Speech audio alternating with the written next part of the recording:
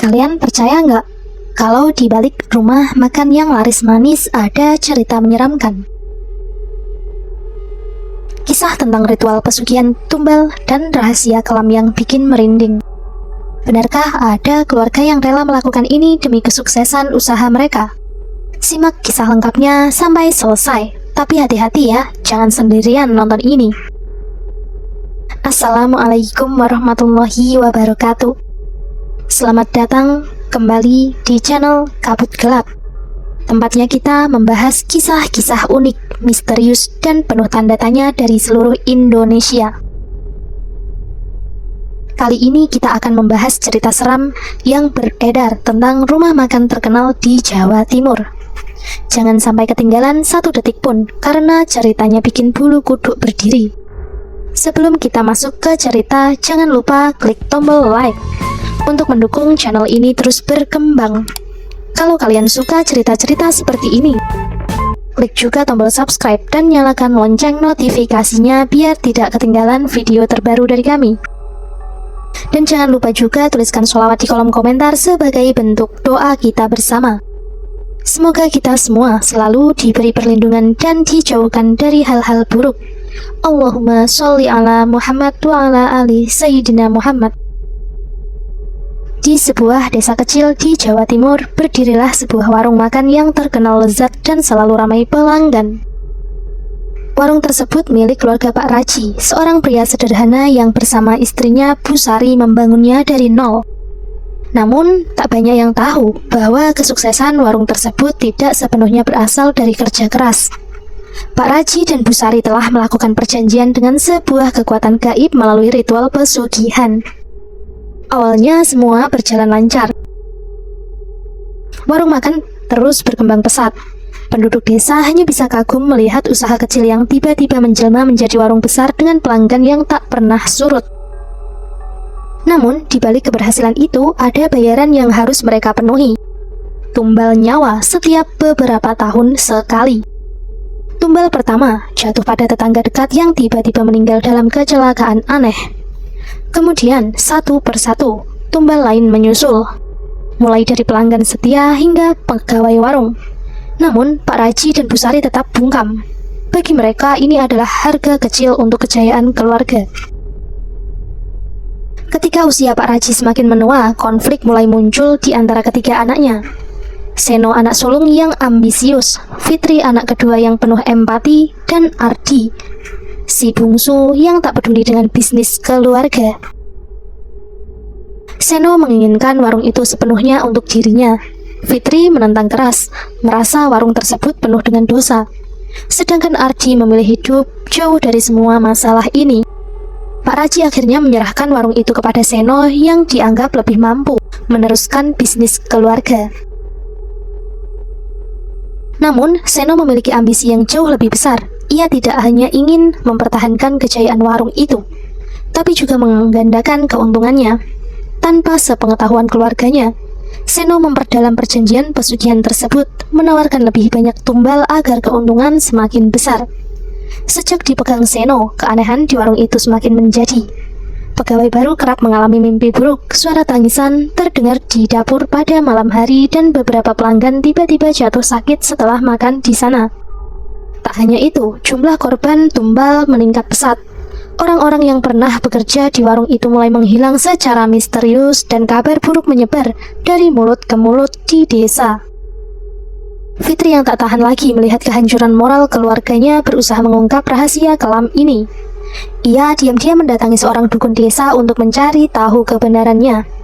Sang dukun dengan wajah penuh ketakutan memperingatkan bahwa perjanjian ini terlalu jauh. Semakin banyak darah tertumpah, semakin kuat ikatan mereka dengan dunia gaib, katanya. Di sisi lain, Seno tidak peduli. Ia merasa dirinya tak terkalahkan. Warung kini bahkan sering dikunjungi pejabat dan orang-orang kaya dari kota. Keuntungan mengalir deras, tapi begitu pula dengan korban. Malam-malam di rumah keluarga itu kian mencekam. Terdengar suara langkah kaki, bisikan halus hingga penampakan bayangan hitam di sudut-sudut rumah. Suatu malam, saat Seno tengah menghitung uang hasil penjualan, suara ketukan keras menggema di pintu warung. Saat ia membuka pintu, tak ada siapapun di sana. Namun di tengah meja warung tampak sesajen dan boneka jerami dengan nama Seno terukir di dadanya. Seno mulai merasakan hawa dingin merambat dan bayangan besar mulai mengepung dirinya. Malam itu setelah menemukan boneka jerami dengan namanya, Seno mencoba menenangkan diri. Ia menganggap kejadian itu hanya ancaman dari pesaing bisnis atau ulah Fitri yang ingin menghancurkan warung makan tersebut. Namun sejak malam itu suasana warung semakin aneh. Pelanggan mulai melaporkan hal-hal ganjil. Beberapa dari mereka mengaku melihat sesosok bayangan putih melompat-lompat di halaman belakang warung. Seorang pelanggan tetap bahkan berteriak histeris saat makan siang, mengatakan bahwa ia melihat pocong berdiri di pojok dapur menatapnya dengan mata kosong yang hitam pekat. Pegawai warung pun mulai ketakutan. Salah satu pelayan, Ratna, keluar dari dapur sambil menangis dan mengatakan bahwa tangannya sempat disentuh oleh sesuatu yang dingin, seperti tangan mayat saat mengambil piring. Malam harinya, seorang juru masak melihat sosok pocong itu melompat-lompat di antara meja makan, seolah mencari sesuatu. Seno yang awalnya mengabaikan kejadian tersebut mulai merasa tertekan. Ia bermimpi buruk setiap malam. Dalam mimpinya, ia selalu berada di warung, duduk sendirian, dan tiba-tiba semua lampu padam. Ketika lampu menyala kembali, pocong itu berdiri tepat di depannya, membuka kain kafan di wajahnya, menunjukkan rahang yang menganga tanpa lidah. Pocong itu berbisik lirih, "Bayar hutangmu." Mimpi itu membuat Seno terbangun dengan tubuh berkeringat. Namun, kejadian nyata lebih mengerikan. Suatu malam, saat ia memeriksa laporan keuangan di warung, suara langkah berat terdengar dari atap. Langkah itu berhenti tepat di atas kepalanya, lalu terdengar suara benda berat jatuh. Ketika ia keluar untuk memeriksa, ia melihat pocong itu berdiri di pintu belakang dapur. Mata Seno terpaku. Sosok itu menoleh pelan menunjukkan wajahnya yang rusak. Di saat yang sama, Fitri yang sudah tak tahan dengan keanehan ini kembali mendatangi dukun desa. Sang dukun mengatakan bahwa penampakan pocong tersebut adalah arwah salah satu tumbal yang marah. Pesugihan ini sudah mulai tak terkendali. Pocong itu bukan hanya ingin menakuti, tapi ia menginginkan nyawa, ujar sang dukun dengan nada serius. Namun Seno menolak semua peringatan itu. Ia malah mempersembahkan lebih banyak sesajen untuk mempertahankan bisnisnya. Tapi bukannya mereda, penampakan pocong itu justru semakin sering terjadi. Suatu malam, seorang pelanggan penting yang sedang makan malam tiba-tiba berteriak keras. Ia menunjuk ke sudut ruangan di mana pocong itu melompat-lompat perlahan lalu menghilang di belakang tirai dapur. Pelanggan itu langsung kabur dan sejak malam itu warung mulai kehilangan pelanggan. Seno mulai kehilangan akal. Ia menghabiskan malam-malamnya di warung untuk memastikan tidak ada gangguan. Namun setiap kali ia sendirian, pocong itu selalu muncul melompat-lompat di hadapannya sambil mengeluarkan suara tangis lirih. Kadang-kadang pocong itu hanya berdiri diam, menatapnya dengan tatapan penuh dendam. Klimaksnya terjadi ketika salah seorang pegawai ditemukan tak bernyawa di dapur dengan wajah penuh ketakutan. Fitri yang datang ke warung saat itu hanya bisa menangis dan memohon Seno untuk menghentikan semua ini. Tapi Seno tetap keras kepala, merasa bahwa ia harus bertahan demi kejayaan warung tersebut. Namun saat ia berjalan menuju dapur malam itu, ia merasa ada sesuatu yang mengikuti langkahnya. Ketika ia berbalik, pocong itu sudah berdiri tepat di depannya, lebih dekat dari sebelumnya. Kini ia bisa melihat detail wajah pocong itu, kulit yang mengelupas, mata yang hanya berlubang kosong, dan bau busuk yang menusuk. Pocong itu mendekat. Tangannya terulur dan berkata dengan suara parau, "Aku ingin yang lebih besar. Aku ingin kamu." Langkah Seno terhenti. Ia tak bisa bergerak, bahkan tak bisa bernapas. Ruangan menjadi gelap, hanya terdengar suara loncatan pocong yang menggema di seluruh warung. Di luar, suara gonggongan anjing terdengar bersahutan, seolah memperingatkan bahwa malam itu adalah akhir dari sesuatu yang lebih besar. Malam itu, setelah sosok pocong mendekati Seno di dapur, ia pingsan karena ketakutan. Ketika terbangun, ia mendapati tubuhnya terbaring di lantai dapur yang dingin. Warung makan tampak sunyi, hanya diselimuti oleh aroma anyir yang menyengat.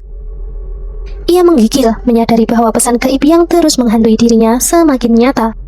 Tumbal berikutnya adalah nyawa keluarganya. Ketegangan memuncak ketika Fitri, yang kembali ke rumah keluarga untuk menyelamatkan adik-adiknya, mendapati ibunya, Bu Sari, sudah dalam kondisi tak bernyawa di kamar. Tubuhnya terlihat kaku, dengan mata terbuka lebar penuh ketakutan. Sebuah kain putih lusuh tergeletak di dekat pintu, seolah menjadi tanda bahwa arwah tumbal tak akan berhenti mengejar. Fitri yang sudah kelelahan mental mencoba memohon pada Seno untuk menghentikan semua. Ia memohon agar warung ditutup dan ritual pesugihan dihentikan. Namun Seno yang kini tampak seperti orang yang sudah kehilangan akal sehat justru semakin keras kepala. Kita sudah terlalu dalam. Kalau kita berhenti, semuanya akan lebih buruk. Kita akan mati lebih cepat, teriaknya dengan wajah penuh keputusasaan. Sementara itu, Ardi si bungsu yang sebelumnya memilih menjauh dari keluarga, akhirnya memutuskan untuk kembali. Ia ingin berbicara dengan kakaknya, tapi kedatangannya justru menjadi awal dari mimpi buruk yang lebih besar.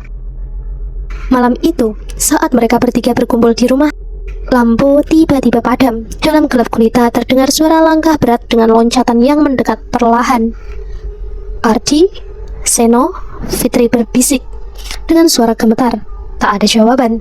Saat Fitri menyalakan lilin, cahaya kecil itu memperlihatkan pocong berdiri di sudut ruangan lebih besar dan menyeramkan daripada sebelumnya. Sosok itu mendekat dan tiba-tiba Seno berteriak, "Ambil aku saja, jangan mereka." Namun pocong itu hanya tertawa dingin seketika. Bayangan gelap menyelimuti ruangan dan teriakan Ardi menjadi yang terakhir terdengar. Keesokan harinya penduduk menemukan rumah keluarga itu kosong. Tak ada satupun anggota keluarga yang tersisa. Namun di tengah ruang utama mereka menemukan meja makan dengan 3 piring berisi nasi dan darah. Di atas meja ada tulisan dengan darah, "Sudah lunas." Desa itu menjadi sunyi. Warung makan yang dulu ramai kini ditinggalkan menjadi bangunan tua yang menyeramkan. Penduduk desa menghindari area itu, menganggapnya tempat terkutuk. Mereka yang nekat mendekat mengaku mendengar suara tangis dan teriakan meminta tolong dari dalam warung.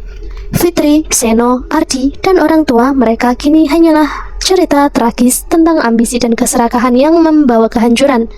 Pesugihan yang mereka pilih telah merenggut semuanya. Mereka tak hanya kehilangan nyawa, tetapi juga martabat, cinta keluarga, dan masa depan. Hingga kini warung itu tetap berdiri sebagai monumen bisu akan kisah tragis sebuah keluarga yang dikorbankan demi kekayaan fana. Semoga cerita ini menjadi pengingat kita semua untuk tidak menghalalkan segala cara demi kekayaan. Keserakahan hanya membawa kehancuran, sementara keluarga adalah harta paling berharga yang tak tergantikan. Demikianlah cerita kita hari ini. Semoga bermanfaat. Wassalamualaikum warahmatullahi wabarakatuh.